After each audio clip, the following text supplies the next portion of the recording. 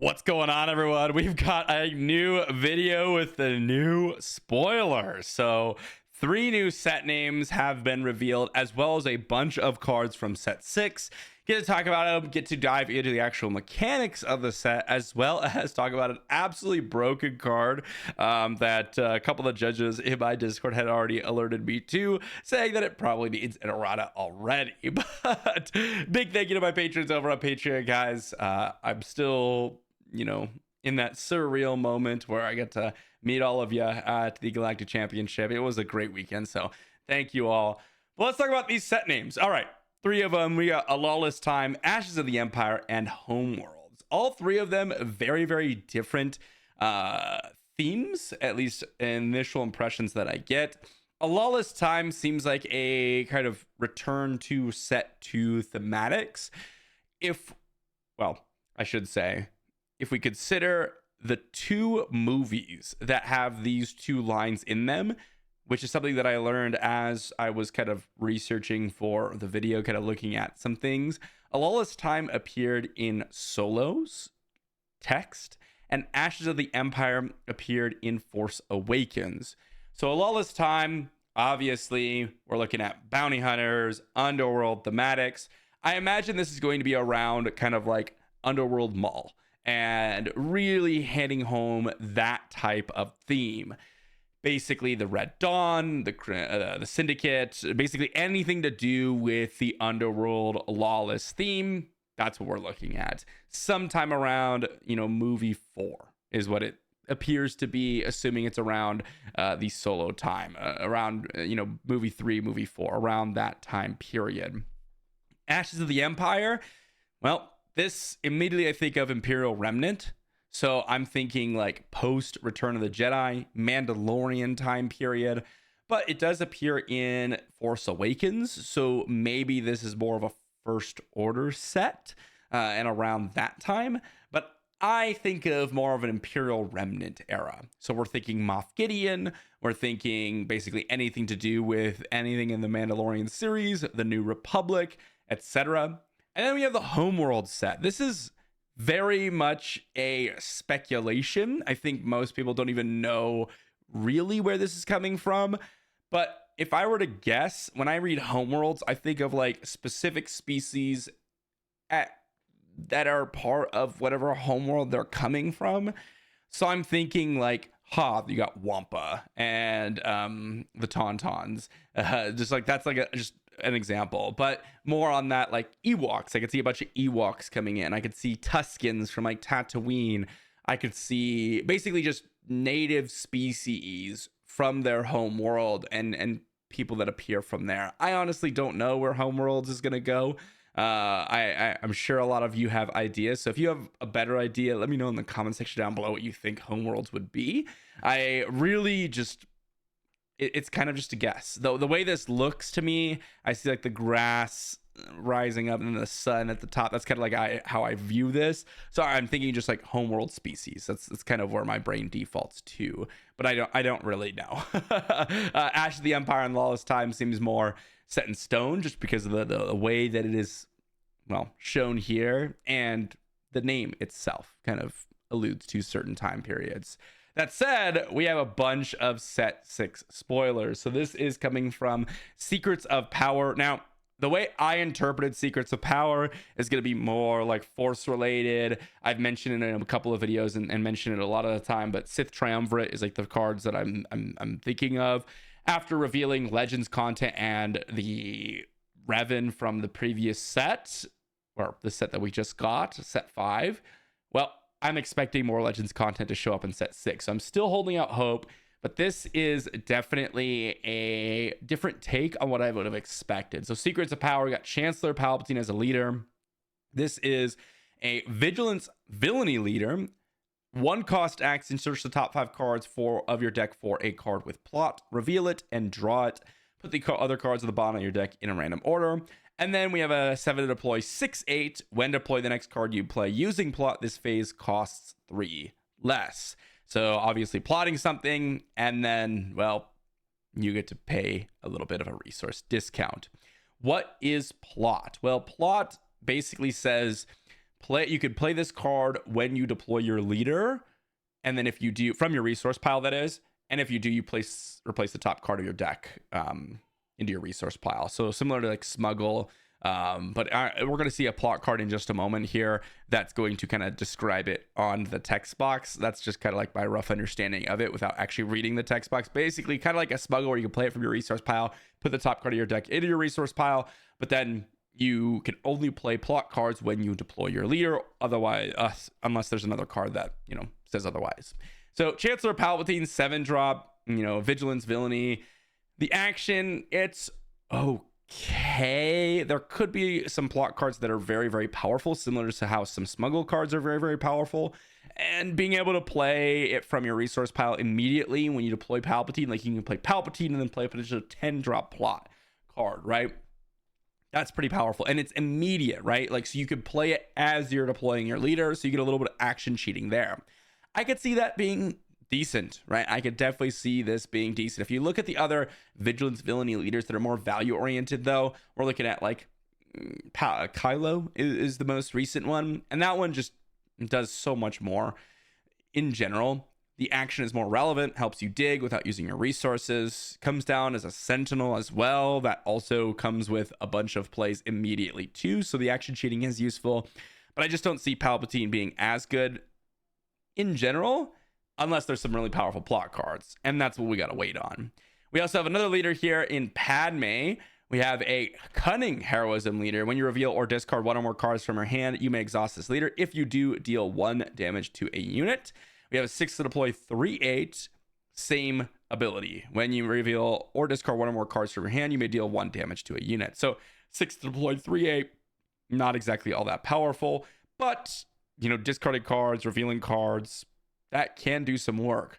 There's not a whole lot of ways to discard or reveal cards as of this moment, but the 1 damage can stack up quite quickly. So if we see a situation where there are a lot of ways to reveal or discard cards, I could definitely see a good amount of people or a good amount of cards in your deck giving you the option to really give you a lot of value if you're able to knock out actual units with this ability. But that's the question.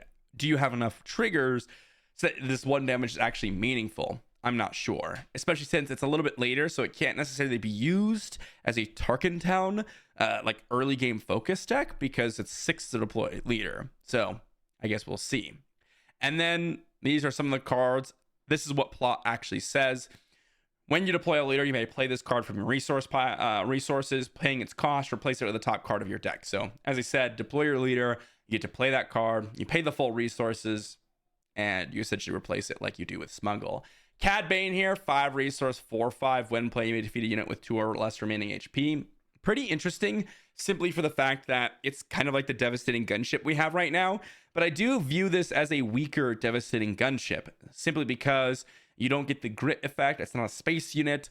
And, well, a 4/5 on the ground is a little bit easier to interact with. I don't think it's bad by any means. Devastating Gunship has been a pretty powerful card, but not in every deck. One of the reasons why it's really good in Kira is because it comes down on the flip turn, and that means that you are able to really get some value because you can flip Kira and actually put that damage on the Devastating Gunship to make it a 5-powered attacker in space. That said, Underworld Bounty Hunter, I could see this being a playable card, right? Killing off something that has 2 or less remaining HP is pretty common, and you can get some value from your resource pile. So seems solid to me. This is a token unit, the Spy 0-2 official with raid 2. This kind of works with a couple other cards that we're going to go over in just a moment. So this Spy token, though, if we're able to generate a lot of them, very, very scary. Very, very scary. A 2/2 attacker. Very nice. Cyril Karn, 2-cost ground unit aggression, villainy, 2/3 official. Official is going to be a way more important tag in this set. On attack, you may disclose aggression, villainy. So you reveal cards from your hand with these aspect icons.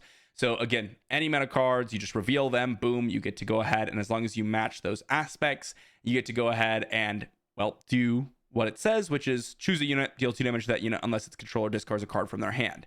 So this is the type of card where if we have more of these, where we're disclosing aspects with Padme, well, suddenly you're going to get a lot of damage done to a bunch of units, which could be a high value couple of actions, right? So that's the kind of exciting part with Padme. Now, I do think Cyril Karn looks pretty interesting. A 2/3 is not the greatest. It's kind of mediocre, but getting to deal 2 damage to a unit or making them discard just by revealing some cards in your hand, which isn't actually that devastating to you, I could see Cyril Karn doing some work if officials are quite solid. And even just in general, this seems like a pretty solid unit, especially if you have the initiative. But we have some more set 6 spoilers, including the first one being Furtive Handmaiden, 1-cost ground unit in Cunning Heroism 2/2. By the way, sorry for the blurry images. On attack, you may discard a card from your hand. If you do, draw a card. So this is, again, working with Padme, getting you to the access to just basically deal 1 damage to something. You do have to attack with it, which is a little bit tricky, just because the opponent, if they have initiative, they're going to be able to kill your Furtive Handmaiden, probably for free because it's a 2/2. So that could be a little bit risky.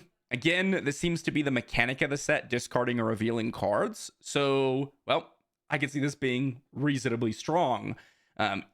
Especially if you have the initiative and getting that 2/2. Well, as long as you get 1 attack with it, you can probably deal 1 damage to a 3 toughness unit. And that means that Furtive Handmaiden can suddenly trade. And you can continue to trigger Padme's ability, which means that your opponent probably has to deal with Furtive Handmaiden. Captain Typho, by the way, all these have a Naboo tag, so I wonder if that's going to be a relevant tag for the set, but we'll see. 4-cost ground unit, Command Heroism, 4/5 Sentinel. When this unit is attacked, you may disclose Command Heroism if you do heal 1 damage from your base. This seems reasonably solid. 4/5 for 4 Sentinel is decently strong, and giving you the ability to heal 1 damage every single time you get attacked definitely has a little bit more staying power. I think if you're a mid-range deck and you're looking for a Sentinel, Captain Typho fits that kind of clause perfectly. And I can see this being fit in with a lot of different options if you're going for that mid-range style of deck. On to the other side here, so we can look at Anakin real quick. 3-cost ground unit in Cunning Heroism. 3/4 Force Jedi Republic with Hidden. Hidden, amazing. Very, very strong mechanic overall, giving you the ability to at least guarantee that this unit's going to survive. While you control Padme Amidala as a leader or unit, this unit gains Raid 2. So a 3-resource, 5-powered attacker is pretty incredible. Now, right now, Padme is really not that popular of a leader or unit. We don't really have that many Padmes that you're actually wanting to play. Perhaps there's going to be another Padme unit that's going to be pretty solid. But of course, the thing that I'm most excited about is potentially using Anakin with Padme as a leader, because, well, that's going to guarantee you the Raid 2, and that's going to make him at his strongest point. So if Padme, the cutting version, is strong, I could see Anakin doing some good work.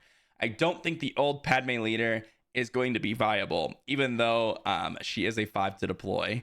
It's just that the ability is so weak. Maybe if we have enough discarding synergies or revealing synergies, that the one ping that you could do with the Padme leader, making it worthwhile, I could see Anakin being played. And again, 3-resource 3/4 with Raid 2 is incredible, especially with the Force and Jedi tags. We've seen Grand Inquisitor be played a lot already, and, well, this can arguably better in most cases as long as you have that Padme leader.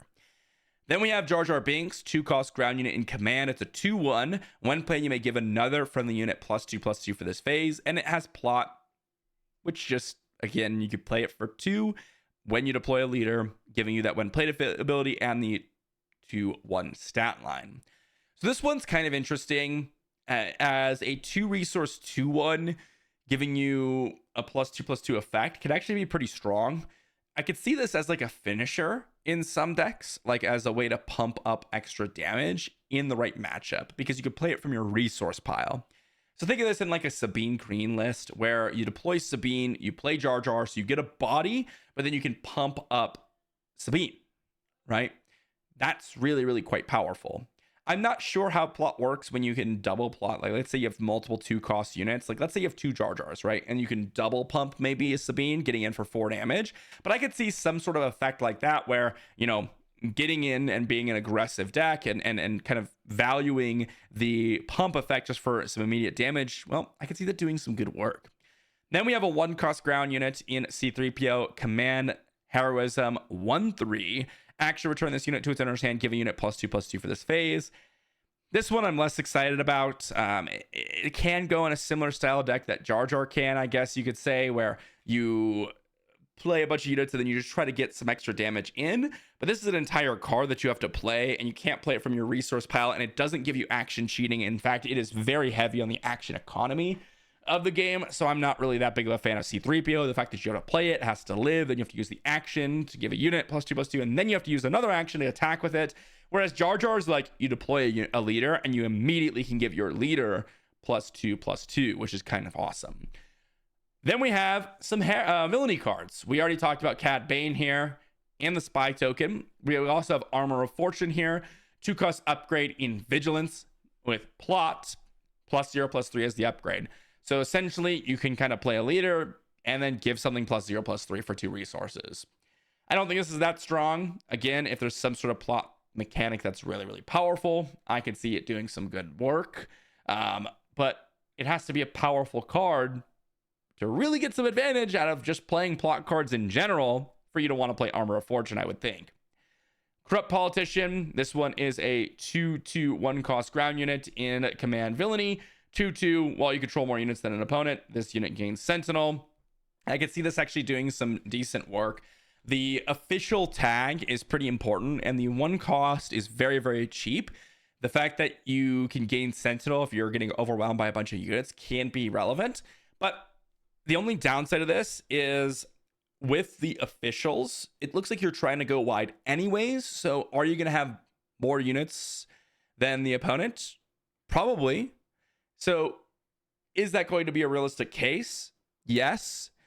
But if there is an opponent that has a lot of removal options or killing off your units, then you probably don't have Sentinel, and this Sentinel aspect of it probably won't matter. So I guess we'll have to see. Next up, we got I Am the Senate, 6-cost event in Command Villainy.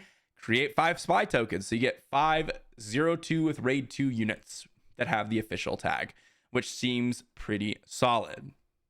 I assume there's going to be some official synergies. So that's why I'm thinking, okay, maybe this could do some good work. It is a little bit later on in the game, and it does require a lot of actions, and that's the only thing I'm worried about. I'm hoping there's like a mass attack event in this set where you could take advantage of all the tokens you're creating. Then we have the last card here on this list, at least, which is When Has Become Now. 1-cost event in Villainy. Play a card with plot from your resources, paying its cost. Put the top card of your deck into play as a resource. Now, this is a card that's currently broken. As far as I've spoken to a couple of judges, the way this reads is that you could just play this for 1 cost to put the top card of your deck into play as a resource. The way this essentially works, or I think should work, is play a card with plot from your resources. If you do put the top card of your deck into play as a resource, is how it should read. But right now, this is a 1-cost event that ramps you, which I don't think is intentional. This essentially is a way to play your plot cards from your resource pile for 1 resource extra, which is kind of what they were going for, I imagine. Again, not for sure, but this definitely should be errated in order for you to not have a 1-cost ramp effect in Villainy, which is disgusting. And for our final 3 cards, we have Major Partagaz, a 2-cost ground unit in Command Villainy, 0/6 Imperial Official with Overwhelm. When another friendly official unit attacks, this unit gets +2/+2 for this phase. Very, very high potential, right? If you have a bunch of officials on the battlefield, this could easily attack as like a 6/12 or an 8/14, which is disgustingly powerful. Because every single attack, this essentially, if you think about it, gives raid 2 to every other unit on the board, because you're going to give Major Partagaz +2/+2. So it's just kind of interesting. It is a lot of actions is the unfortunate part. So the officials better have some major synergy and some really, really big payoffs in order to actually utilize all these actions, right? Attack with a unit, attack with another unit, attack with another unit, all that good stuff, in order for this to be a viable option at all. So I'm a little bit worried about the officials and, how this deck is going to function with all the action it's going to require. But again, I'm hoping for a mass attack event. Maybe you could get there with something like that. Next up, we've got Kaidel Connix, 3-cost ground unit in Heroism Aggression, 3/2 with Resistance tag. When played, you may defeat all non-unique upgrades on a unit, with plot. So I think this is, again, another card that can be very, very solid just as a kind of sideboard option or something that's a little bit of value from your resource pile. Plot is unique in that, similar to Smuggle, you could just get a little bit of value from your resource piles. So you could play cards that are less than ideal, but because you get that versatility, they're way stronger. So I could definitely see playing this in random decks as a way to defeat a bunch of upgrades, because it's very minimal downside. You just resource it, and then when it's good, you play it when you deploy your leader, which can be pretty powerful. Then we have Marva Andor, a 3-cost ground unit in Heroism. It's a 3/4 rebel. When defeated, give an experience token to each friendly rebel unit. Absolutely amazing flavor on this card. A 3-cost 3/4 rebel is solid when you have an effect like this. I wish it was a when played effect. I think that card would have been exceptional if it was when played. When defeated, you're going to have to make sure that it gets defeated, but your opponent is going to be incentivized to defeat it. Obviously, the immediate thought is, okay, Rebel Sabine, can it get any more tools? And honestly, Marva Andor looks like a tool I could easily be slot in with a Sabine deck, assuming we get a little bit more. One of the things that Sabine is doing these days is going all space with Fleet Lieutenant, your K2SOs, Podamarines, and Wreckers, and that's your only ground units. So I don't know if it fits really in that style right now, but I could see this being reasonably powerful. But overall, that's all the set 6 spoilers. So clearly we're getting an official set, like with the official tag, which is seemingly pretty cool. Very, very cool tribal list. We got a little bit of plot mechanics going on, some revealing of your hand, and that could be pretty interesting. It looks like the plot mechanic looks like a fun one, and very, very interesting. The action cheating on it is very appealing to me, and I'm hoping that we're going to see some sort of really, really awesome major attack, right? All your units attack, so you can get the triggers, and then you could stack the triggers as you wish. So they all attack together, and then they all pump up major Partagas, and then you can do something cool there. I'm just a little bit worried if you're going to build around a set or build around a concept where you want a bunch of things attacking and you want to create a bunch of tokens and things like that, similar to what Clone Wars did with the Battle Droids and the Clone Troopers. It's really tough to make that worthwhile if you don't have a mass attack event. You could see it with Vader. One of the things that makes that deck really good is that you have things like Clone Combat Squadron, or just a Vader deploy on a unit, to where you chip in with a bunch of small damage and then you finish out the game with one major hit. And especially so if you're playing, again, an official deck that requires other units to attack first before you get the value. It's going to be a little bit tricky in order for you to get the value if you have to use that many actions. So really curious. Let me know what you think in the comment section down below about all these new cards. I mean, they look sweet. I'm excited for set 6. Definitely a different direction than I thought it was going to go, but I'm still holding out hope for some Legends cards in this set. I guess we will see when the time comes. Thanks for watching, everyone, and I'll see you all for a video soon.